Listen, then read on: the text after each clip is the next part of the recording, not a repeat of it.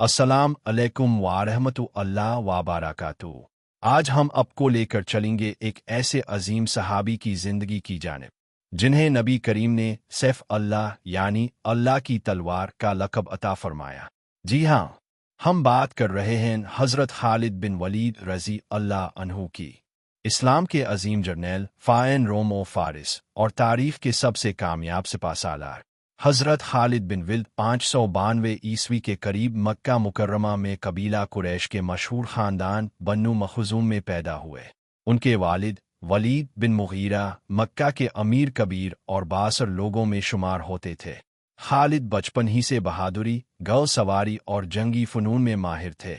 ग़ज़वा अहद में वो कुफ़ार की तरफ से लड़े और मुसलमानों को सख्त नुकसान पहुँचाया, लेकिन तकदीर में कुछ और लिखा था। फ़तह मक्का से पहले हज़रत खालिद ने इस्लाम कबूल किया। जब नबी करीम ने फरमाया, ऐसा शख्स कहाँ है जिस जैसा अक्लमंद और बहादुर हो और अभी तक इस्लाम नहीं लाया। ये बात खालिद के दिल पर लगी और वो मदीना आकर इस्लाम ले आए।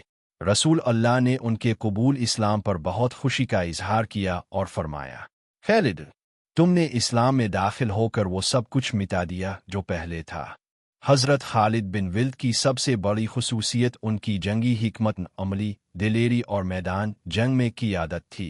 रसूल की ज़िंदगी में वो कई ग़ज़वात में शरीक हुए, खुसूसन ग़ज़वा मोतह, जहाँ हज़रत खालिद ने सिर्फ 3000 मुजाहिदीन के साथ लाखों की रूमी फ़ौज के मुकाबले में अजीम हिकमत अमली से कामयाबी हासिल की।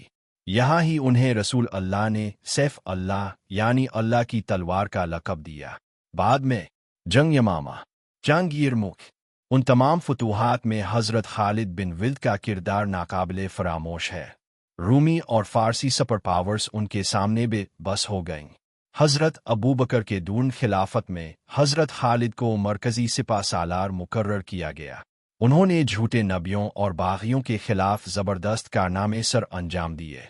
हज़रत उमर के दौर में अगरचे उनको सिपा सालारी से हटा दिया गया, लेकिन वो खामोशी और इखलास से इस्लाम की खिदमत करते रहे। हज़रत खालिद बिन वलीद ने तकरीबन 100 से ज़ायद जंगें लड़ीं और एक भी जंग में शिकस्त ना खाई।